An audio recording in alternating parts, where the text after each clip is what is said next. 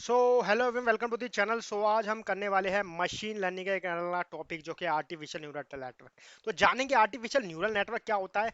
ठीक है, बायोलॉजी से कहाँ से आर्टिफिशियल न्यूरल नेटवर्क आया, क्योंकि तो न्यूरल नेटवर्क तो हमने बायोलॉजी में पढ़ा था। न्यूरल यानी न्यूरॉन से कैसे बना न्यूरल नेटवर्क। तो आज हम इस वीडियो में जानेंगे आर्टिफिशियल न्यूरल नेटवर्क के बारे में, और हम इसके टाइप जानेंगे, एक्टिवेशन टेक्निक, एक्टिवेशन फंक्शन क्या होती है, सारे फंक्शन को जानेंगे। तो चलिए फिर स्टार्ट करते हैं आर्टिफिशियल न्यूरल नेटवर्क। तो सबसे पहले आता है artificial neural network. The term artificial neural network is derived from biological neural network that develop the structure of a human brain।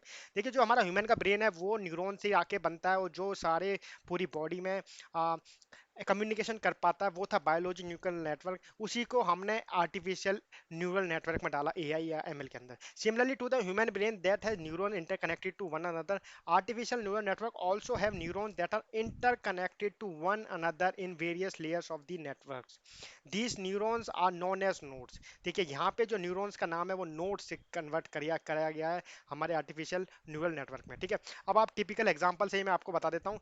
ये हमारा बायोलॉजी का डायग्राम, ये हमारा आर्टिफिशियल न्यूरल नेटवर्क का डायग्राम। देखिए, इसमें क्या था, हमारा यहाँ पे बीच में जो होता है वो होता है सेल न्यूक्लियस। ठीक है, ये होता है हमारा सेल न्यूक्लियस। ये हमारा जो कंट्रोल होते हैं स्टिमुलाई, जिसको कहते हैं डेंड्राइट। और फिर ये आते हैं हमारे एक्सॉन, जो कि नीचे एक वर्टिब्रेट्स बनाती है, और ये सबसे नीचे आता है सिनेप्स। तो ये होता है हमारा neural art biological neural network का। ठीक है, फिर आता है हमारा आर्टिफिशियल में क्या किया, यहाँ पे हमारा होता है एक्स 1, जिसको हम बोलते हैं नोड्स, एक्स 1 एक्स 2 और ऐसे डॉट डॉट एक्सएन तक।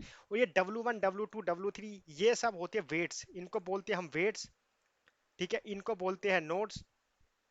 ठीक है, यहाँ से हम इनपुट देते हैं हमारे नोड से, और वेट्स हमारे होती है, और साथ में न्यूरॉन कुछ प्रोसेसिंग करता है, और लास्ट में हमारा आउटपुट निकल के आता है वाई।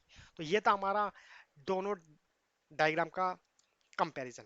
ठीक है, अब बायोलॉजिकल न्यूरल नेटवर्क में क्या होती है, dendrites, cell nucleus, synapse, axon. यहाँ पे डेंड्राइट्स होते हैं इनपुट्स, यहाँ पे सेल न्यूक्लियस को नोड्स, और सिनेप्स होते हैं वेट्स, और लास्ट में आउटपुट निकला। तो ये हमारा चेंज हुआ न्यूरल बायोलॉजिकल नेटवर्क से artificial neural network. And artificial neural network is the field of artificial intelligence where it attempts to mimic the network of neurons make up a human brain, so that computer will have an option to understand things and make decision in a human like manner. The artificial neural network is designed by programming computers to behave simply like interconnected brain cells. There are around 1,000 billion neurons in the human brain. Each neuron has an association point somewhere in the range of 1,000 and 1 lakh.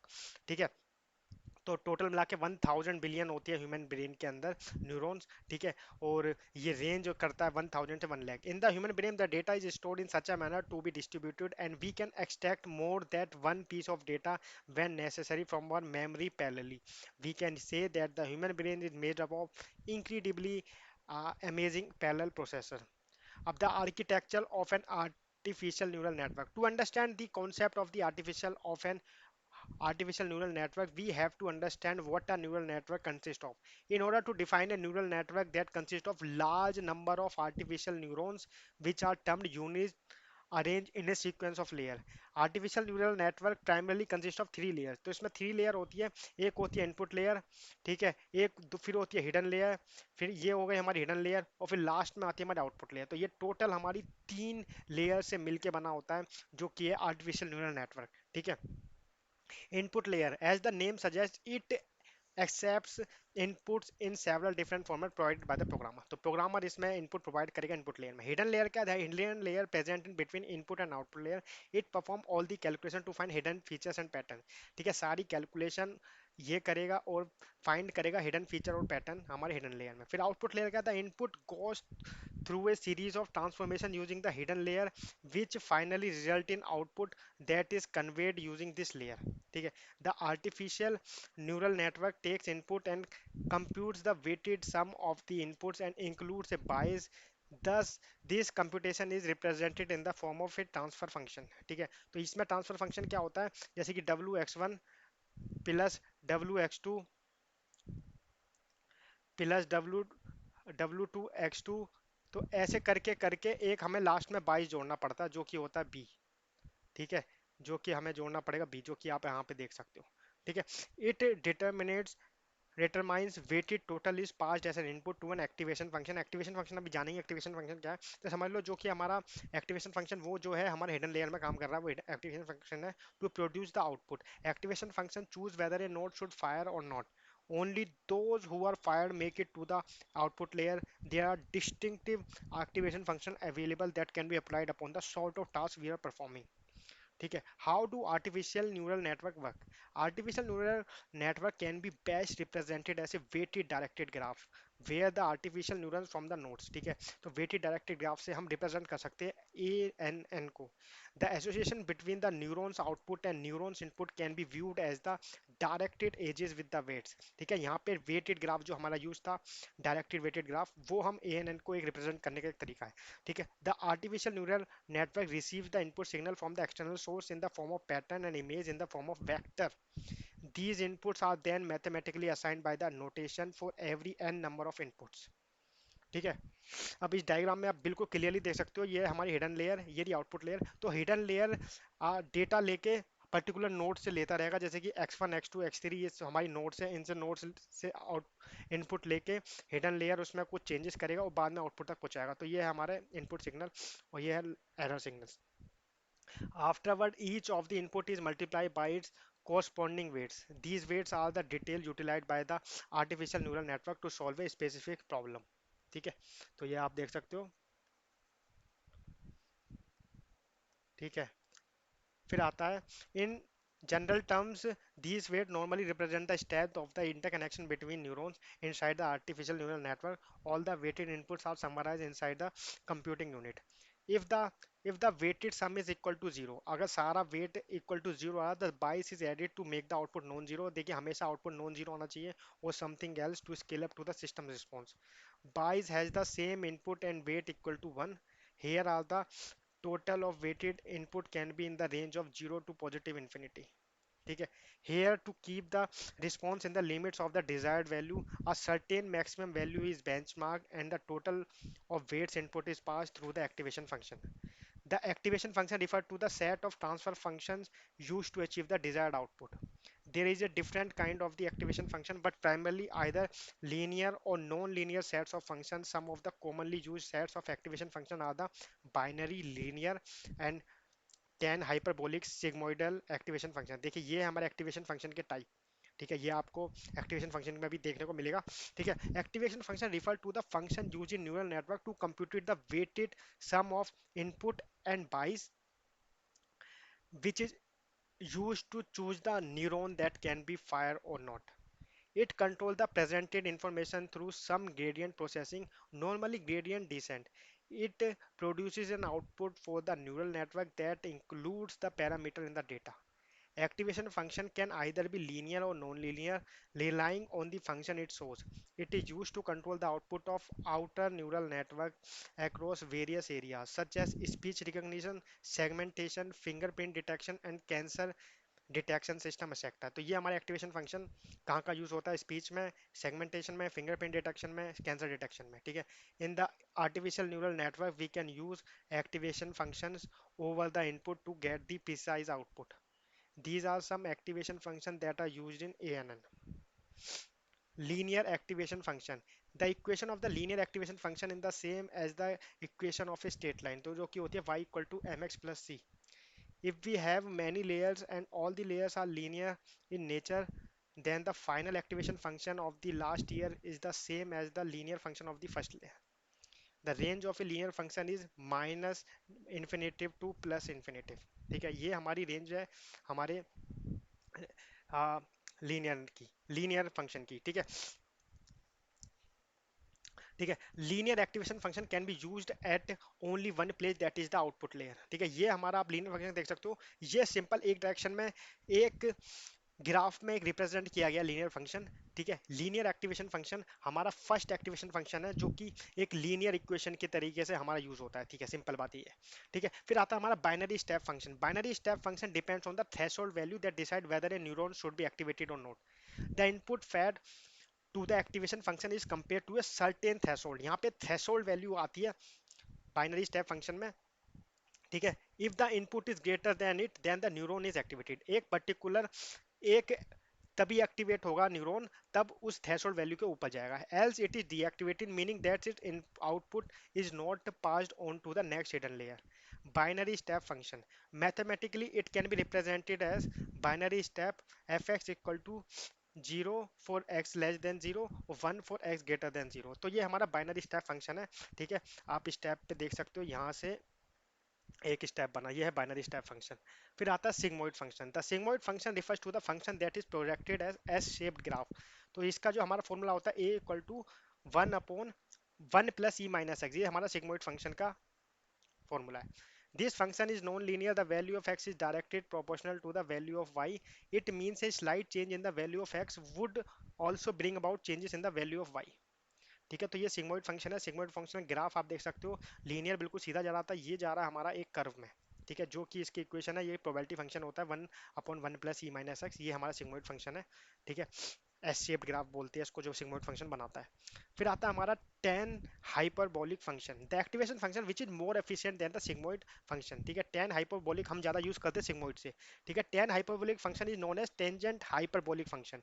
It is a mathematical updated version of the sigmoid function. Sigmoid function में ही हमने इसमें update किया, जो कि हमने ten value लगाई है। Sigmoid and ten hyperbolic function are similar to each other and can be derived from each other। देखिए इसमें लिखा है fx equal to tan hyperbolic x equal to 2/1 plus E minus 2x-1, ये, या फिर tan hyperbolic x equal to 2 into sigmoid of 2x-1।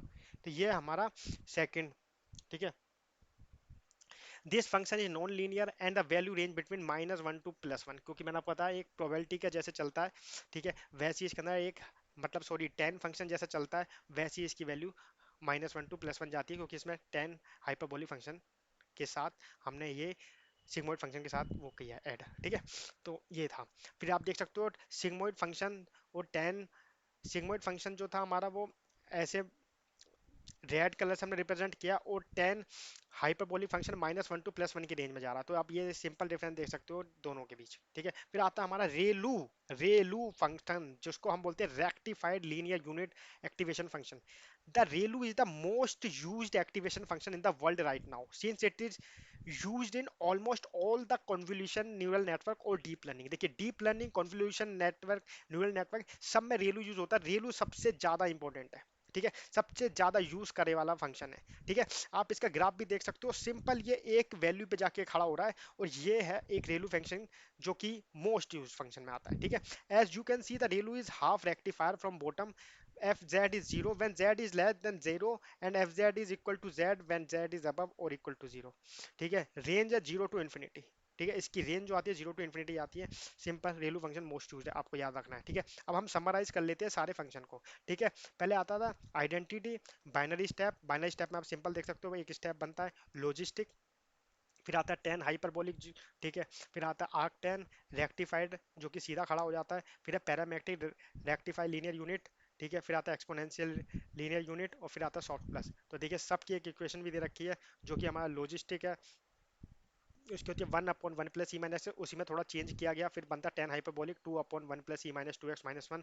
फिर आता है हमारा आर्क टेन, टेन इनवर्स, ठीक है, और इसके सबके डेरिवेटिव लेके कर रखा है। तो ये था हमारा summarising including other function.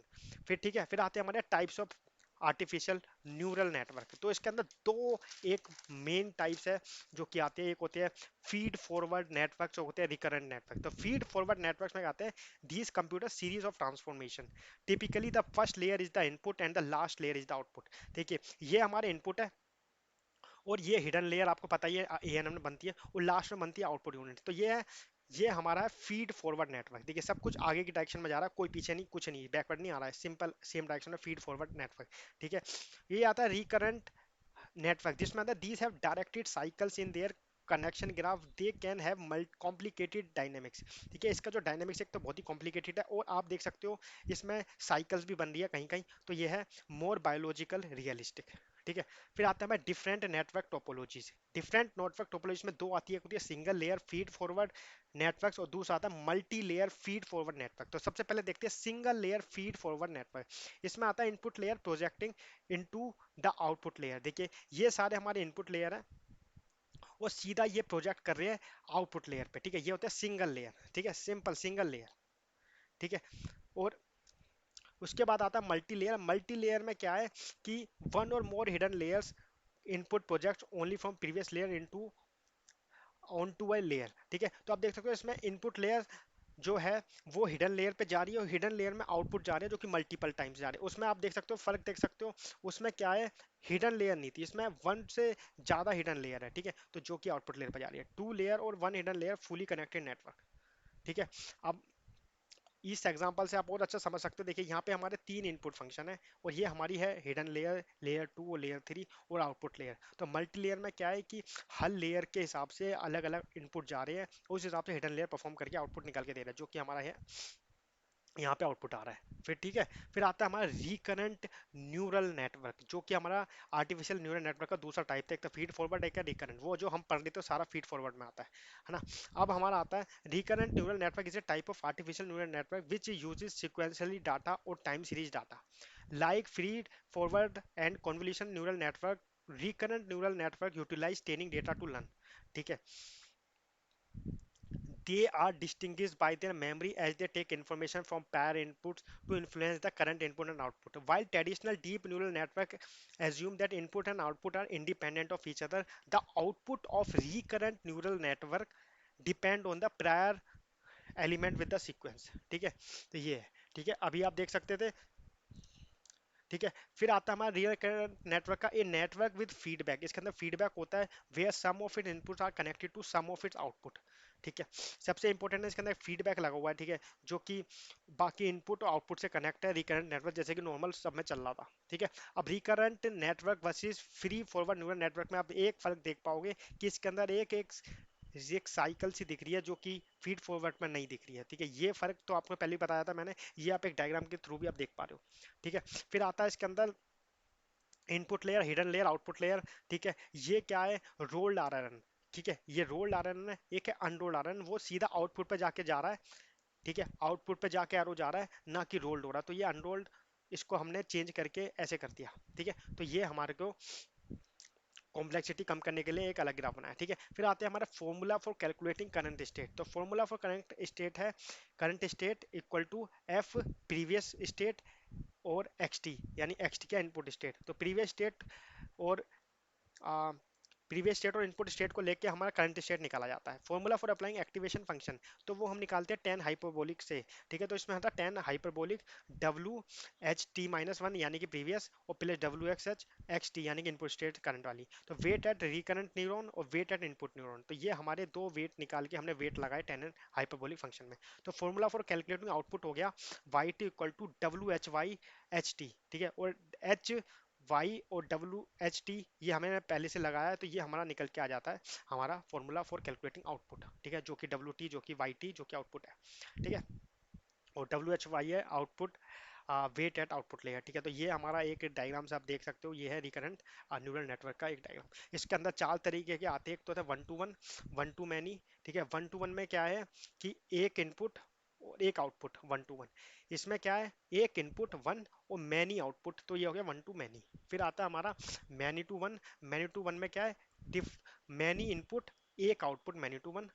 Many input many output, ये हो गया मैनी टू मैनी। ठीक है, ये था हमारा लास्ट रिकरेंट न्यूरल नेटवर्क। तो देखिए, आई होप आपको समझ में आया होगा ये एनएन क्या है। मैंने आपको शॉर्ट में बिल्कुल थ्योरी बताई है और फॉर्मूले ही बताया कौन कौन से हम यूज करते हैं, क्यों सिग्मोइड के जरिए हमने टेन हाइपरबोलिक यूज किया। आई होप आपको वीडियो अच्छी लगी हो। मैं मिलता हूँ आपको अगली वीडियो में। आई होप आपको सारे डाउट क्लियर हो। अगर आपको कुछ कमेंट में आता है तो मैं लिखता हूँ और इलेबोरेट करके बताता हूँ। बाकी मैं जो पीपीटी में था मैंने उसको जल्द से जल्द आपको बताने की कोशिश करी, क्योंकि टाइम कम है और आपके एग्जाम आने वाले हैं, इसलिए I hope, thanks so much for being with us.